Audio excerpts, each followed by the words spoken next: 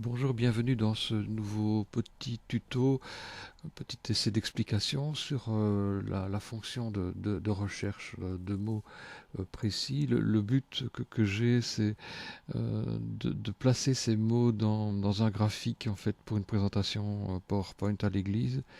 Et donc moi je suis en train de méditer l'épître aux Romains actuellement. Et donc c'est sur cette base-là que je vais vous proposer simplement cette petite vidéo. Donc pour faire des recherches de mots, il y a un outil vraiment intéressant, bien fait dans Logos, c'est l'outil Concordance, évidemment. Je fais moi ma recherche dans un texte original pour faire une recherche en fait de racines. Euh, Comme je suis dans Romain, je ne vais pas prendre tous les passages, mais je vais me limiter à Romain. Donc dans plage de référence, j'indique Romain. Vous voyez que dès le départ, dès que je commence à écrire le mot s'inscrit ici et donc on peut directement cliquer sur Entrée. Euh, et donc voilà, on a ainsi donc 7293 racines grecques utilisées dans Romain. Hein, les premières racines, évidemment, sont des racines assez génériques, donc je ne vais pas m'y étendre. Euh, Une des premières racines intéressantes, c'est nomos, la loi, hein, la justice qui vient après. On va avoir le péché qui va apparaître un peu après, hein, le voici, hein, un Martano. Quand on a découvert quels sont les mots qui reviennent souvent, l'outil vraiment intéressant à utiliser ensuite, c'est l'outil recherche qui se trouve ici, c'est la grosse loupe, hein. Et là, on va faire une recherche, je vais remettre aussi dans ma grande fenêtre. Euh, L'outil recherche permet donc de faire une recherche sur une racine. Hein, j'ai utilisé ici les racines dans mes recherches. Je vais aussi faire une recherche racine ici. Hein. Pour ce faire, j'écris simplement racine avec deux points. Il n'y a pas d'espace entre eux et je ne mets pas d'espace ensuite non plus. Et j'ai vu dans Concordance que c'est nomos que je dois chercher. Hein. La racine, c'est nomos, la loi. Donc je vais chercher la racine nomos. Vous voyez qu'au fur et à mesure que j'écris, il y a aussi une proposition qui arrive. Je clique sur le mot choisi en grec. Je fais Enter. Et on a alors tout ce texte pour le Nouveau Testament dans la Bible de Louis II. Parce qu'en français, c'est la seule actuelle qui propose un interlinéaire. D'autres versions vont suivre, notamment la Second 21. Il y a une équipe de traduction qui fait un travail fantastique et je les remercie vivement. Ça permet d'avoir un outil pour la francophonie qui va devenir euh, quelque chose d'indispensable, je pense. Voilà, donc au niveau de la racine de Mos, quand on a trouvé ça, moi, donc, mon idée de départ, c'est d'essayer de proposer un graphique pour avoir quelque chose de visuel au niveau de l'église en présentation. Et donc on a ici le petit encart graphique, hein, donc toujours dans l'outil recherche.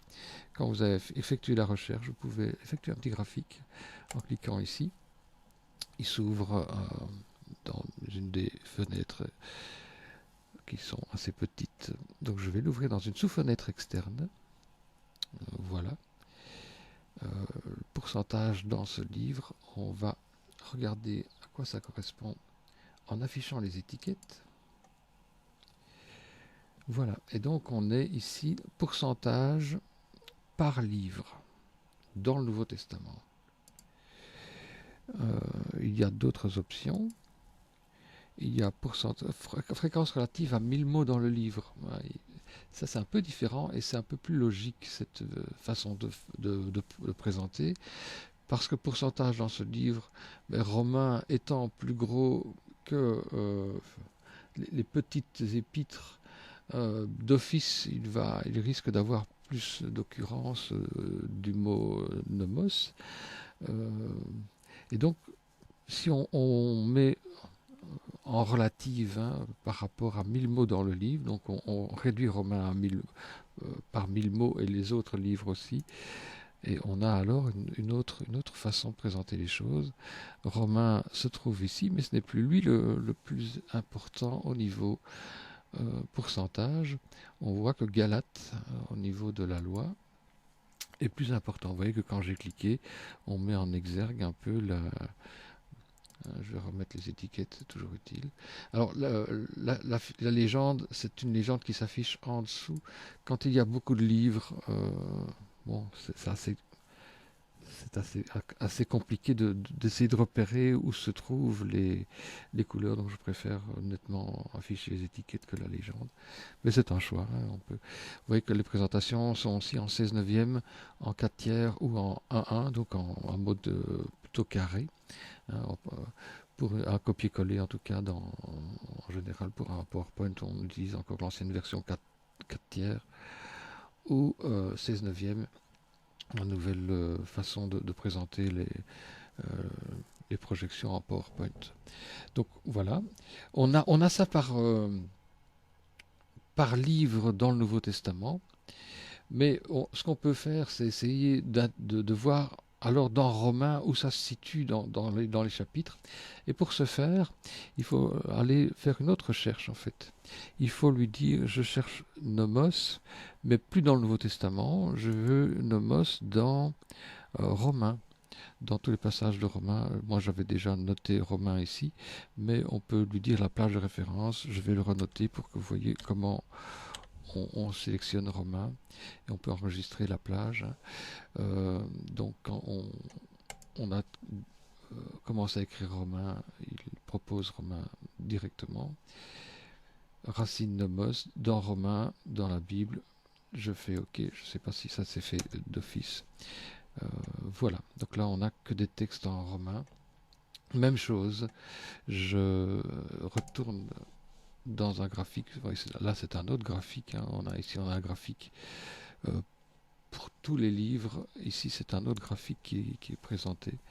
Alors évidemment, on va pas choisir parmi le mot dans le livre puisqu'il n'y a qu'un seul livre qui est proposé. On va choisir l'autre option, pourcentage par chapitre. Et là, on est clairement, je vais afficher les étiquettes, on est clairement dans Romains et on voit alors où se trouvent les chapitres les plus importants. On pourrait également avoir une fréquence relative à 1000 mots dans le chapitre, un peu le même principe que pour les 1000 mots dans le livre, mais ici c'est vraiment dans la seule épître aux Romains. Donc c'est vraiment intéressant aussi de voir, et là on voit qu'il n'y a pas grand chose qui change. Vous voyez que quand je change l'option, il supprime les légendes et les étiquettes, et donc il faut les rajouter. Bon, ça c'est pas un petit souci, c'est pas énorme comme souci. Quand on sait où aller, c'est pas compliqué. Et donc je vais remettre les deux plus gros chapitres qui parlent de Nomos. Donc voilà, c'est ça que je voulais faire et c'est à ça que je suis arrivé. Et donc, j'essaierai peut-être de faire une autre vidéo pour voir comment on peut faire d'autres recherches euh, chemin faisant. Mais je vous souhaite beaucoup de plaisir et beaucoup de belles découvertes dans cet outil Logos qui est vraiment fantastique. À bientôt.